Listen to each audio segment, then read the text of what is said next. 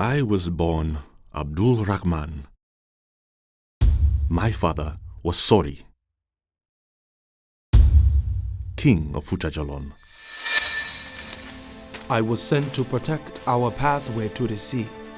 We were ambushed, and my mane dropped like rain.